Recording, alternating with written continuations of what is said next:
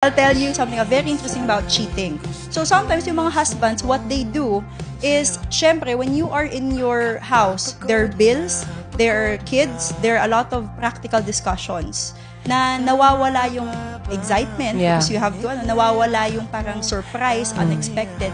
So what the husband will do is maghanap ng mistress, get all the feminine energy, playful vibe, recharge. Kasi low-bat siya sa bahay. So mag-recharge siya sa mistress, tapos pagbalik niya sa bahay, anong sasabihin ng wife? My love, you were so good last night.